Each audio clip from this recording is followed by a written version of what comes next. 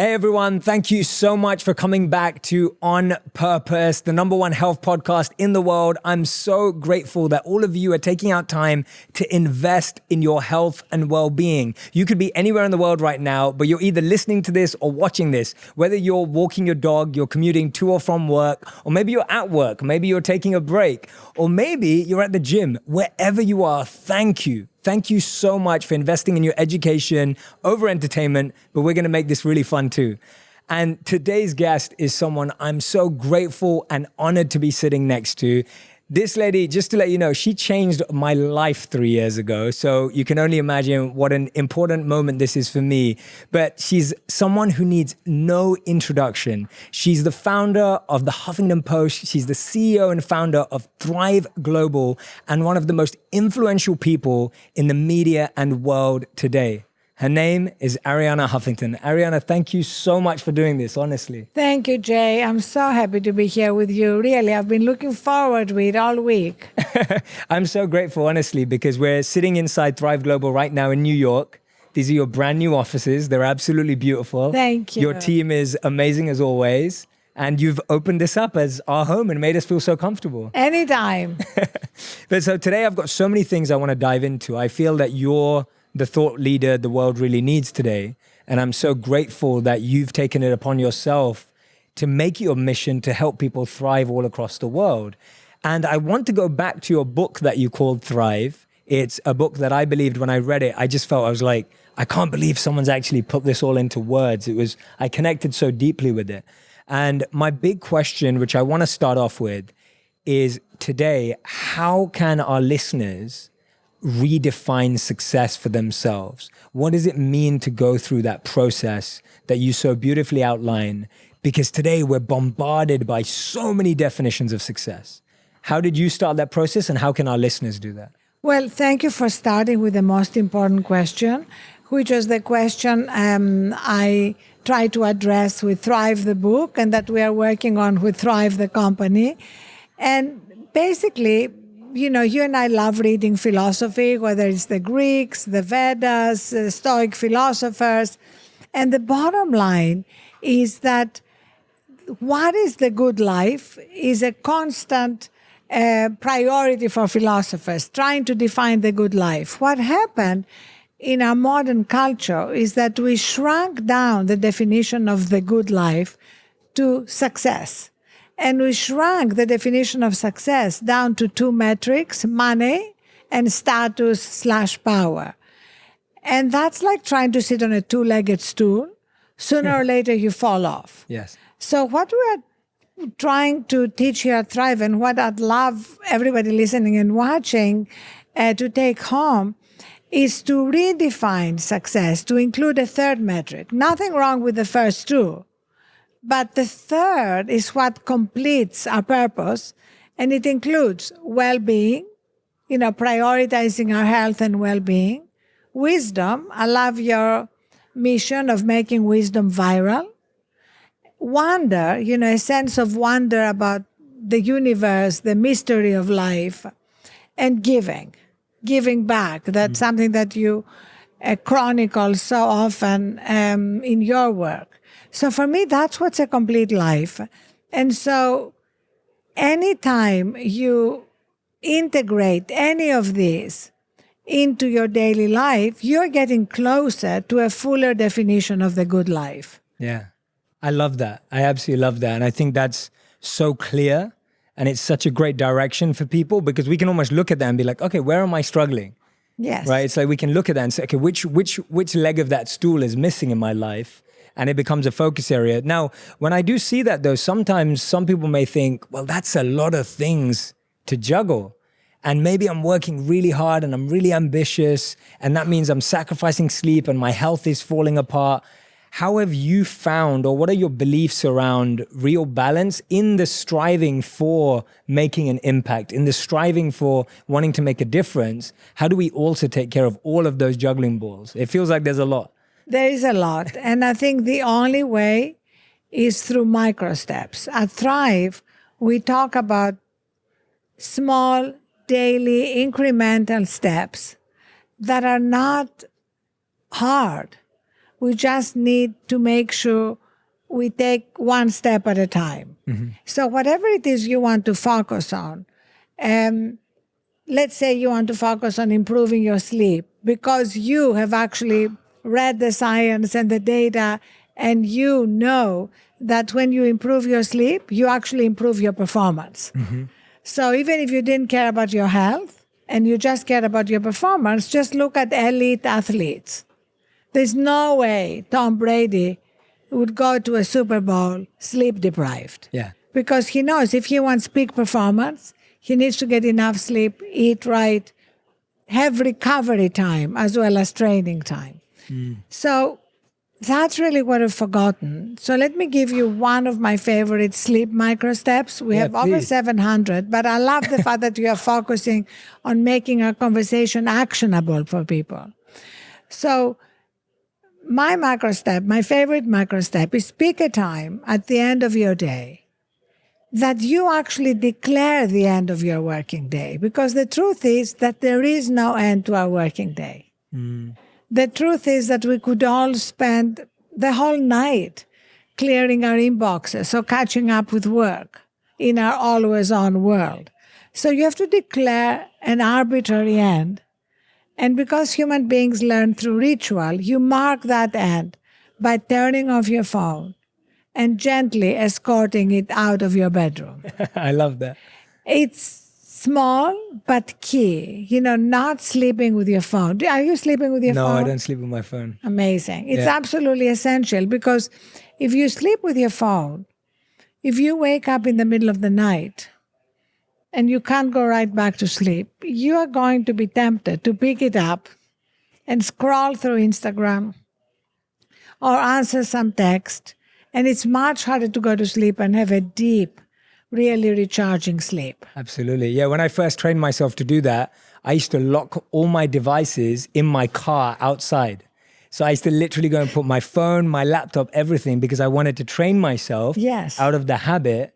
And I remember getting a real alarm clock at that time so that I could still wake up if you need an alarm clock. And now I've been able to train myself to wake up after 8.5 hours of sleep a day. So no matter what time I go to sleep, usually it's the same time. I always sleep 8.5 hours and I don't need an alarm to get up. So I get up naturally. My body wakes me up. And that's been such a beautiful conditioning. And it's taken me time, but it really helps because now you're no longer conditioned to wake up to anything. You can wake up at your own pace. Exactly. I think this is amazing what you just said. At first, it may be hard because we're breaking addictions. 100%. But then the reward of how we feel is so enormous. I mean, for me now, it's like the reward of feeling fully recharged is so great. I don't really like myself when I'm sleep deprived. I mean, I'm more reactive, I'm more emotional, Me too. I'm less empathetic, I'm less creative. I don't really want to be around me. So it's actually something that then becomes a magnet to continue doing that. Are there any other habits that you've had to rewire in your life? Anything that you saw as a trigger and you started building steps, micro steps? I love that, to building. Were there any others? Yes. Like I used to be one of the people who would think, come January 1st, I'm going to start working out for an hour every day. And then by February 1st, I would drop it. So instead, I put a stationary bike in my bedroom. And now every morning, I do 30 minutes on my bike. And I can be on my email because it's okay. It's a stationary bike, so I feel productive. And, when I want to go harder, I'll just do it without going on my email. But I made it super simple. And now, honestly, I just get out of bed and I get on my bike. It's become like second nature. It's no longer an issue. Because as you know, because you're a student of behavioral science, discipline is not going to cut it. We need to change our environment and make it super easy to make these micro steps. Yes. And having the bike right there, my tennis shoes right there, makes it much easier. Yeah, absolutely. You're breaking that chain in your mind to avoid that. I had one client that I used to coach, a very successful executive, and she loved doing yoga, but she could never make it. So we made sure that she had her yoga mat next to her bed so she could literally roll off her bed and onto her yoga mat. And it would just be like a reminder that it was right there. She didn't have to go to a gym, or she didn't have to go somewhere else. She could do yoga right next to her bed, if that's what it Exactly. meant. Just That's something to super break the simple. chain. Yeah, I love that. That's great. And I think I'm sure you hear this all the time. With Thrive Global yourself, you're working with athletes, celebrities, executives, directors. You're working with the busiest people on the planet, right? That's what you do every day. And you know that. And you are one of the busiest people on the planet too. And I'm sure you get people asking you, Arianna, I'm so fearful of falling behind. Yes. I'm so scared that someone important will send me a message and I'll miss it, or something will happen in the news and I didn't see the notification. How are you advising people who have that fear or insecurity that they may fall behind? So that's where changing beliefs is key. So in all our workshops with corporations, we start with changing beliefs, because the beliefs we have are really like the automatic pilot on a ship, what we tell ourselves we're going to do or is like the captain steering the ship in one way or another. But if the automatic pilot is set in a particular direction, that's where the ship is going to go. So we start by changing beliefs, because the belief that in order to succeed, you have to burn out is incredibly entrenched in our culture. It really goes back to the first industrial revolution, when we started revering machines. And the goal of a machine is to minimize downtime. The goal of software is to minimize downtime. But for the human operating system, downtime is a feature, not a bug. And so we need to show people the data, show people the science, introduce people to ancient wisdom. We've done a wonderful series. I don't know if you've seen it. I'll send it to you on Chinese ancient wisdom. We're doing a lot on Indian wisdom, on Stoic philosophers. Our conference room here, all our conference rooms are named after philosophers, like the Marcus Aurelius room. Oh, I love that. Is our boardroom. So the reason for all that is that it requires both science and storytelling to move people. But we have found that the thing that moves people more than anything is hearing from successful people in the arena. Yes. It's what you said. It's almost like people need to be given permission and need to hear from people who are successful, who are not chilling under a mango tree. So when Jeff Bezos writes a piece and says, why my getting 8 hours of sleep is good for Amazon shareholders, that piece went crazy viral. And it made a lot of people feel, if Jeff Bezos gets 8 hours of sleep, and he's not exactly slowing down, that shows that there is something here for me to look at. Or Philip Schindler, the chief business officer at Google, said to me at a dinner that he had this moment of epiphany when he came home from a trip, and his young children, he told his children, Daddy's taking you to the playground. And his 5-year-old son said, oh no, can't the babysitter take us? And he asked why. And the little boy said, because when you're in the playground, you're always on your phone. Oh, wow. And that was his moment of epiphany. And after that, he stopped being on his phone when he's with his children. He travels a lot. It's not like he is with his children all the time. Yeah. So he made that sacred time. And then he texted me to let me know what an amazing impact it had within Google. So people who felt that they could also do that they could take that step without being afraid that they are going to fall behind. Absolutely, absolutely. And I think you're so right that science storytelling and that last piece of people living the example is the most powerful, because when we see someone who looks like us, talks like us, walks like us, has the same diary as us, and they can do it. And it's funny, isn't it, that we get impressed? I was at a hangout the other day, and I was with a lot of other social media people, and we were all hanging out together, and no one used their phone for about 3 hours. Wow. Because we were all just connecting as human beings. And everyone was, there were a few people there, they were so impressed. They were like, how are you guys not on your phones? And I was just like, because I love this. Like, I love being on a plane. I pretend that planes still don't have Wi-Fi. Like I just convinced myself that Wi-Fi doesn't exist on planes because I love being able to switch off. Like what you're saying, that it's not a bug, right? It's a feature. It's a feature. I love that. That's so powerful that when we feel, and that's our problem, right? Like we think when we're slowing down, we're like, oh God, why am I slowing down? I need to, we panic. We go, oh no, I'm becoming less productive. But actually that's a feature reminding us to press pause, to slow down, to restart. And then we can actually observe why and how we become more productive.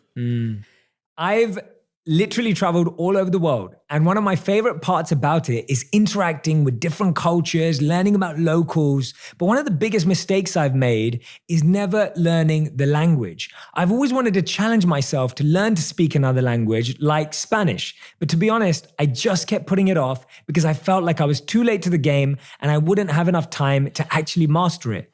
But Babbel makes it easy for me to do, even with my crazy schedule. Babbel is the #1 selling language learning app in the world, and it works with any schedule because the lessons are only 10 to 15 minutes long. It's also super convenient because it's available as an app or online, so your progress will be synced across all your devices. Babbel is designed to quickly get you speaking your new language within weeks and speak it with confidence. It lets you learn through interactive dialogues and speech recognition technology so you can perfect your pronunciation and your accent. I also love that the lessons are lovingly created by over 100 language experts who are actually real people and not just translation machines. And now my listeners can try Babbel for absolutely free. Download the app or text J to 484848. Text J, my name, to 484848 to try Babbel for absolutely free. Check it out. Now, I know it's uncomfortable to talk about, but I used to sometimes feel bloated after eating certain foods, and I'm guessing a lot of you do as well. But after taking the My Healthy Digestion Pack from Ayurveda, I've found that my overall digestion has greatly improved. Now I can focus on eating foods that taste good without worrying about feeling bad afterwards. The Ayurveda vision is simple: to create a healthier, happier world using the intelligence of Mother Nature. I absolutely love that. Ayurveda believes in the ancient principles of Ayurveda and brings them to you in a modern, easy way. What I like about Ayurveda is that the supplements have been created by Ayurvedic and naturopathic doctors with 40 years of experience. The supplements are made with only the highest quality organic or wild-grown herbs and ingredients sourced from local, sustainable communities, tested 3 times for purity and effectiveness. Ayurveda takes the wisdom of ancient Ayurveda and fuses it with modern science to deliver a high-quality, full-support supplement. My Healthy Digestion has made it so I don't get bloated anymore. I'm able to tolerate hard to digest foods and I have more energy. Check out Ayurveda at ayurveda.com and use the code PURPOSE to take 35% off all your first order. I recommend the My Healthy Digestion formula. Don't forget to use the code PURPOSE for 35% off your first order at ayurveda.com. Why do people say that they get their best ideas in the shower? Yeah. It's the truth is that our best ideas come from the wisdom within. And that's why when you talk about making wisdom go viral, that's also part of what allows people to connect with their own inner wisdom. And their best ideas come from that. Absolutely. Let's talk about inner wisdom a bit because I think we both believe in it very strongly. I know that in my life, I feel I've always been guided by my inner wisdom. Yes. I rarely feel guided by my head. I rarely try and feel guided by the market or the industry. I'm constantly looking to my inner compass to be guided. I'd love to hear from you how you've done that in your life and how you've been able to sift out your inner voice from the noise that often arises from everything around us. So for me, that's kind of the heart of everything I'm doing and that we're doing at Thrive, which is the truth. And that I believe is an absolute truth. That every one of us has a place of wisdom, peace, and strength inside us. It's our birthright. No matter what we do or where we are or where we are born, we do have that. And most of the time, we are completely disconnected from it. And that's such a shame. It's like having been given this incredible inheritance and not even knowing that you have it. And that's why I love when Thich Nhat Hanh said that right now with our addiction to our phones and social media and games, he said it has never been easier to run away from ourselves. And so everything we are doing here is helping people reconnect with that place. Now, there is nobody I know who lives in that place all the time. Of course. That's not what we're saying. What we want to create is a great course-correcting mechanism so that we know, I kind of know, and I'm sure you know when I'm not in that place. And so the first thing I want to do is help myself get back to that place, whatever it takes. Because from that place, I'm so much more productive, so much more creative, and so much more joyful. You know, we don't talk enough about joy. But after all, the purpose of life is not just to be productive. Yeah, definitely not. This is not a dress rehearsal. Absolutely. So if we can also connect with our joy and our loving, suddenly life becomes kind of like a little miracle. Yeah, absolutely. What are a few things people can do every day to get that voice back for themselves? Like you said, I think so many of us have run so far away from ourselves, like Thich Nhat Hanh mentioned, you quoted, that we don't even know what ourself is anymore. Yes. Right? Like, it's like, well, what is it? Like, I have 10 voices in my head, and one of them's a TV show, and one of them's my favorite song, and one of them's my mom's voice and my dad's voice. Like, what are a couple of things that people can do on a daily basis that's going to help them get closer to that voice again? Well, I believe, and I know you do too, that one of the keys is gratitude. That doesn't mean not acknowledging the pain, because the pain is often real. You know, there is a lot of pain in the world and in our lives, but also recognizing that the pain is not everything. The hardship is not everything. The darkness is not everything. And being able to hold, when we are going through a hard time, these two realities in our hearts as well as our heads at the same time. Yes. That for me is the key. And so doing again micro steps, like starting your morning, taking 1 minute in the morning, 1 minute, to remember 3 things you're grateful for, or set your intention for the day, is absolutely key. If you don't have 1 minute, you don't have a life. And the majority of people go directly to their phone first thing in the morning. And you don't know what you're going to see. Yeah, no, not at all. And so suddenly, the cortisol hormone, the stress hormone, floods your body before you have even gotten out of bed. So how you start your day is absolutely key. Yeah. And so is how you end your day. Yeah. Because every day is a mixture of good things and bad things happening. You know, I've never had a day which was all amazing. No. Well, maybe 1 or 2, but you know, Yeah. it's not the norm. Of course. So you can go to bed thinking of all the things that went wrong. Or you can go to bed thinking of all the things you're grateful for. Yes. Yes. And that changes the quality of your sleep. Yes. So what is interesting, Jay, as you know, is that in terms of our evolution, our mind tends to go to the negative because that's how we survived, right? I mean, if we were followed by a tiger and focused on the sunset, we would not be here. Yes. But right now, we continue to live in this fight or flight mode, even though there aren't a lot of tigers around. Definitely not. And that's what we need to change. Absolutely. And I love what you're saying, because actually I think when I lived as a monk for 3 years, one of the biggest principles we talked a lot about was how when we are asked to be grateful for something, we only remember the positive. Whereas actually, a lot of the times when we've been in our greatest pain, that's been the greatest path to our potential. Yes. That actually the pain, the suffering, the tragedy, the falling down was actually the moment of our rise and growth. And I've noticed that when I look in reflection in gratitude, or I look in hindsight, it's actually the lowest point of my life that became the birth of the best moments of my life.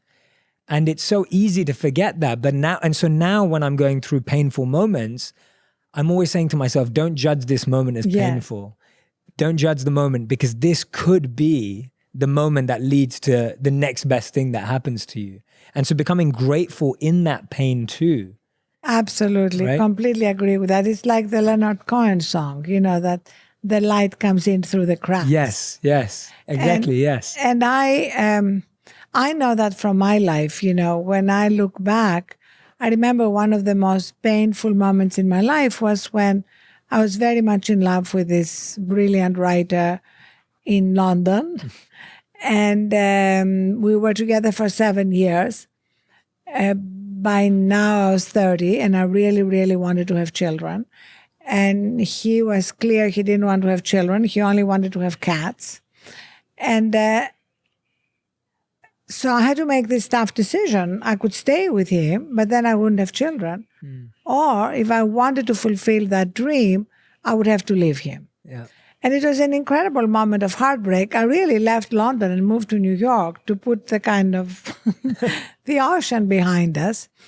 And yet, when I look back now, that one thing changed my life. So what was like the hardest moment at the time became the moment that allowed me to move here, have my children, build the Huffington Post, launch Thrive, be here with you. And it all happened because a man wouldn't marry me. Yeah. It's crazy. So I say we all need to look back and look at all the things that were terrible heartbreaks and what did they lead to. Yes, absolutely. Mine, funny, I don't think you know this. Mine, funnily enough, was I obviously moved to New York to work with HuffPost when we were together. And then you left to start Thrive. And I left HuffPost at the same time. And that was one of the toughest periods in my life because I had all these views and things were growing online, but I no longer had my sponsor in you of someone who greatly believed in my work. Yes. And at that time, I really had to be the person who believed in myself and build my own world. And so I went through one of the toughest periods of my life because I went from having someone who believed in my work, someone incredible, influential like yourself, to having no one, to then having to do it myself. And it was the best thing that happened to me. And that was only 2 years ago. And it's amazing. Yeah, and it was just one of those moments that I'm so grateful for because otherwise I would have carried on doing what I was doing and it would have been nice. It would have been okay. There would have been nothing bad about it. But it gave me a launch pad to a new life. And so I'm very grateful that you started Thrive Global for many reasons, but also for the reason because it allowed me to be born myself again. I love that. And I think we all should be doing more to tell the stories of these heartbreaks and what they led to. Yes. Because nobody who has succeeded has had like a linear path where everything went great. Absolutely. Absolutely. And I'm really glad you brought up having children because that was actually my next topic. So I wanted to talk to you about that. And I have this thing. I talk about making wisdom go viral. I talk a lot about wisdom. My 3 areas are self, love, and work. Those are my 3 areas which I believe I have some insight on or I've loved and deeply want to help people with. Now, there's one area of my life that I have no wisdom on, and that's parenting, right? I'm not a parent yet. I don't claim to have any wisdom on parenting, but I have a lot of my audience and my community that loves asking questions. So one of the biggest questions I get asked right now is, Jay, I feel a lot of mom guilt of working on my passion, building my passion, but then having to be there for my children and wanting to be there too. And I hear that a lot. I'm sure you've heard it for a long, long time, but I hear it a lot. So I wanted to ask someone who, and I've seen you with your daughters, you have a beautiful relationship with them. They have a beautiful relationship with you. It's so real and genuine. And at the same time, you're someone who is continuing to innovate, continuing to be a pioneer.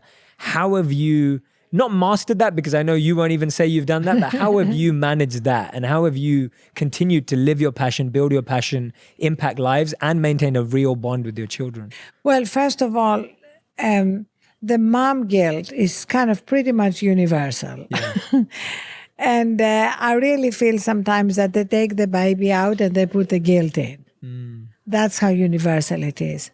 And we've just launched a parenting workshop, and it's going to be part of our digital product that helps women through micro steps, and men too, because men have it, although not to the same extent, to recognize that if you follow your passion, you're going to be a better parent.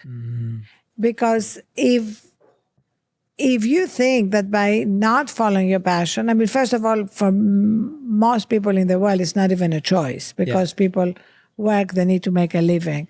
But even, let's say, that was not the issue, but this is something that you love and fulfills your purpose, there's no way you would be as good a parent if you didn't fulfill that.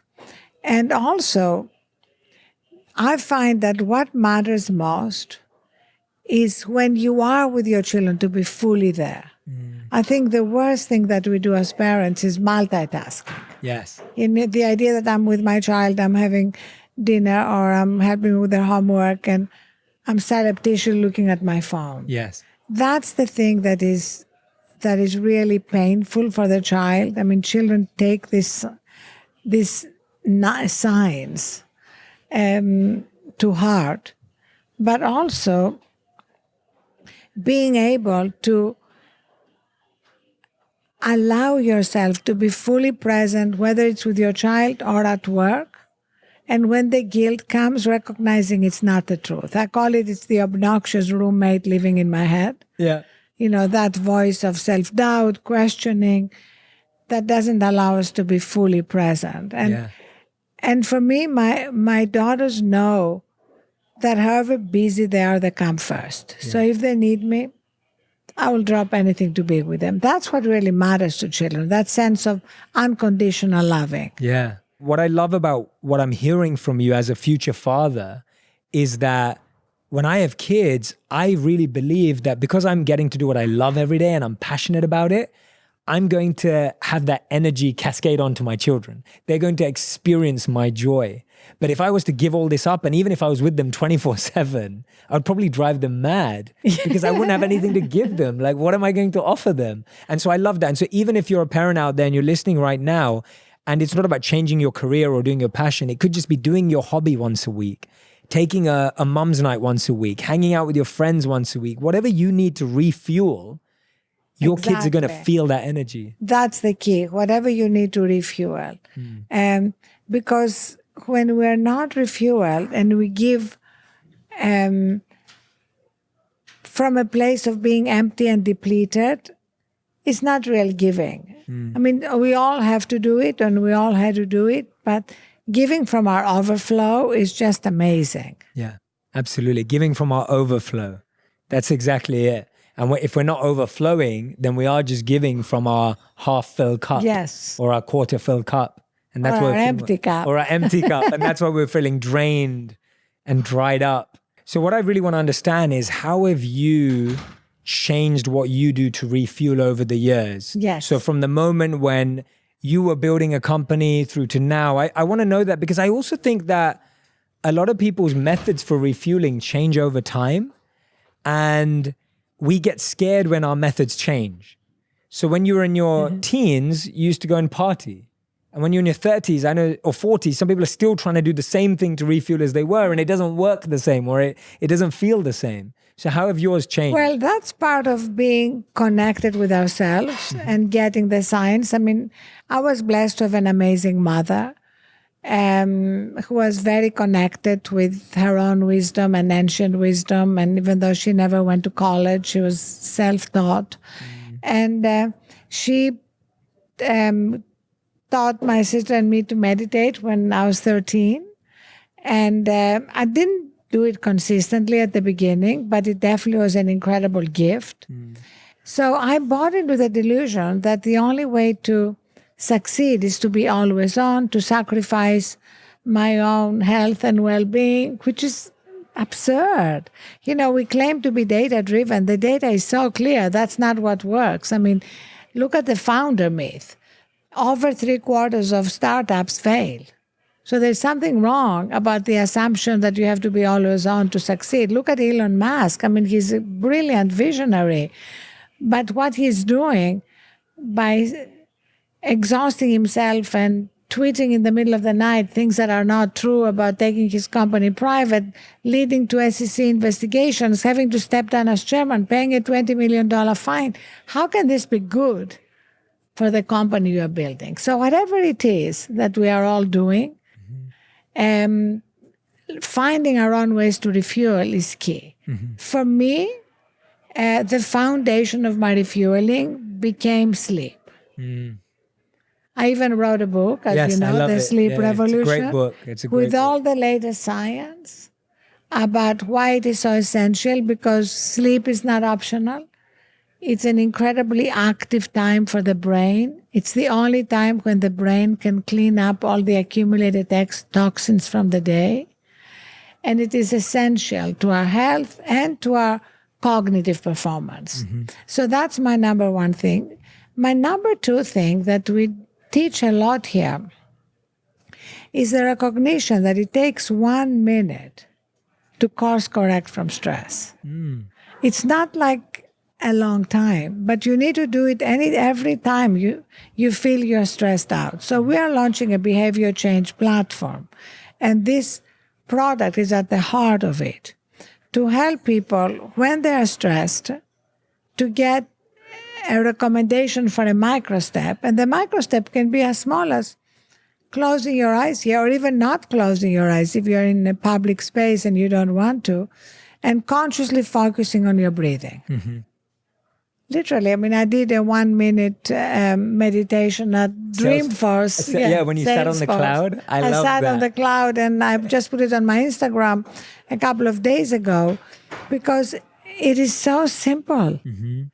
And, if you practice it and take 1 minute, it's just extraordinary how you course correct from stress. And, nobody's going to eliminate stress from their lives. What we're looking for is not to make it cumulative. Yes. One of the things I think we have to realize is that what you're pointing out is that there's acute stress and chronic stress. And acute stress is good sometimes. We need that kind of like, oh my God, I need to get this done. It's important. We all feel stressed before we go and give a keynote, or you feel stressed before a big meeting at work. But it's the chronic stress. It's that repeated stress. It's the stress that's underlying and building up, like you said, cumulative stress. That's the one we really need to be wary of. Exactly. So just to give you an example, at Thrive, we're not a 9-to-5 company. We have huge ambitions. People work hard. But we tell everybody, if you have a project that requires you to pull an all-nighter or do extra intense work, take Thrive time after that. That is the key. Don't continue working as though you had not expended extra energy and are depleted. Yes. Because if you do that, just look at the data. Either you're going to get sick because your immune system is going to be compromised. So you may think you're powering through or grinding through. Your body is going to let you down. Yeah. And also, your decisions and your work are not going to be as good as they could have been. Absolutely. And I love your consistent point about the data is showing this. Like the data is showing this. Yes. If we're data driven, there's no debate. There's no debate. Yeah, the data. It's not my opinion. Yes, exactly. Yeah, it's not your opinion. It's not a philosopher's opinion. It's not the opinion of, let's be fluffy and let's believe in well-being. It's data driven. So wellness is a 4.3 trillion category. Yes. But it's not defined. Yes. It can mean anything. It can mean warm and fuzzy things. Yes. Nothing wrong with them, but that's not what we are talking about. No. We are talking about hardcore, science-driven, data-driven realities, which also happen to be validating ancient wisdom. That's what I love. Exactly. Yeah. And I love that, because when I started reading your books, which I highly recommend, Sleep Revolution and Thrive, like they're two of my favorite books. What I loved about them is it's exactly what I try and do, is the bridge between ancient wisdom, modern science, and then practical application. How is this relevant now? How can you take it now? And the reason why I love ancient wisdom the way you do is because we are not Pavlov's dogs. We do have a heart and a soul. Yes. And so if we really want to change behavior, we need to capture our imagination. That's what we are building. The product we are building intends to sort of crack the code on behavior change. Yes. The reason why behavior change doesn't work most of the time is because we only appeal to people's minds, Yes. and we're more than our minds. Absolutely. Absolutely. Arianna, you're amazing. And I hope we're going to do many, many more of these. And this conversation, I believe, is just the starting point. I just wanted people to dive into your wealth of wisdom. I highly recommend it. If you've loved this conversation, I'm a big proponent of Arianna's books. I think they're phenomenal. And if you haven't checked out Thrive Global yet, make sure you check them out. They're doing incredible work online in companies and bringing all of this to the work environment, which I think is so important. Having worked at Accenture myself, who I know works very closely Yes. with you, it's incredible to see this work infusing into the corporate culture. And Just also, I would phenomenal. love to invite your listeners to tell their stories.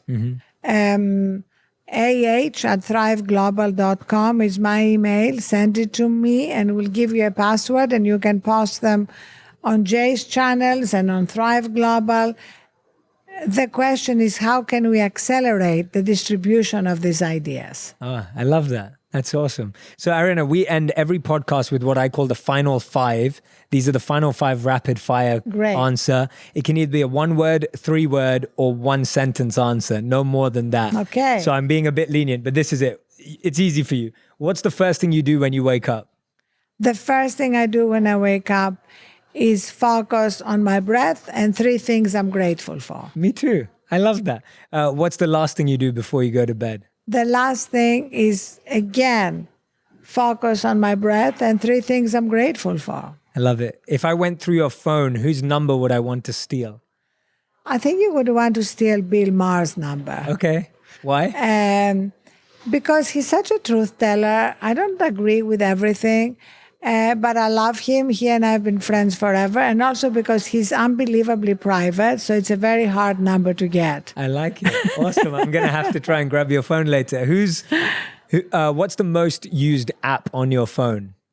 So, I have basically removed most apps from my phone. Nice. So the most intimate thing I do is texting with my daughters and my friends.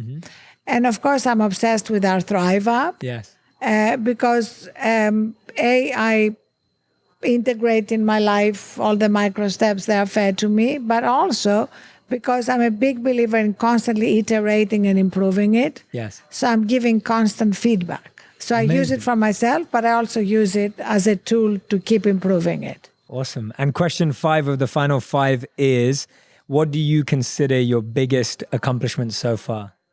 Oh, absolutely. Without question, my 2 daughters. I love that. I love them so much. My oldest daughter just got engaged, and I'm so happy Congratulations. because I saw the pictures. her fiancé is somebody I love that I actually hired for the Huffington Post. Oh, no way. Oh, that's amazing. I didn't know that part of it. Well, he now works with Jeffrey Katzenberg and Oh, yes. Infatuation. Yeah. Oh, Infatuation. Yes. Yeah, which is one of the companies that he identified and they invested in.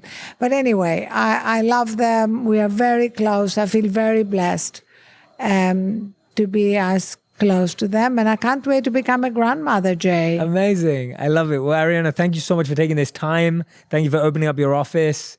Thank you so much for sharing that opportunity for my audience and community to reach out to you as well and share that idea. I love that. We'll definitely let everyone know. And please, please, please go and check out Arianna. If you don't follow her already, find her on Instagram, find her on Facebook, find her on Twitter. All of her insights, anything that you've loved today, her Instagram and social media feeds are absolutely full of it. So make sure you do that. Arianna, thank you so much for making the time. And thank you so much for everything you are doing for the world. Thank you. Oh no, thank you so much. Thank you.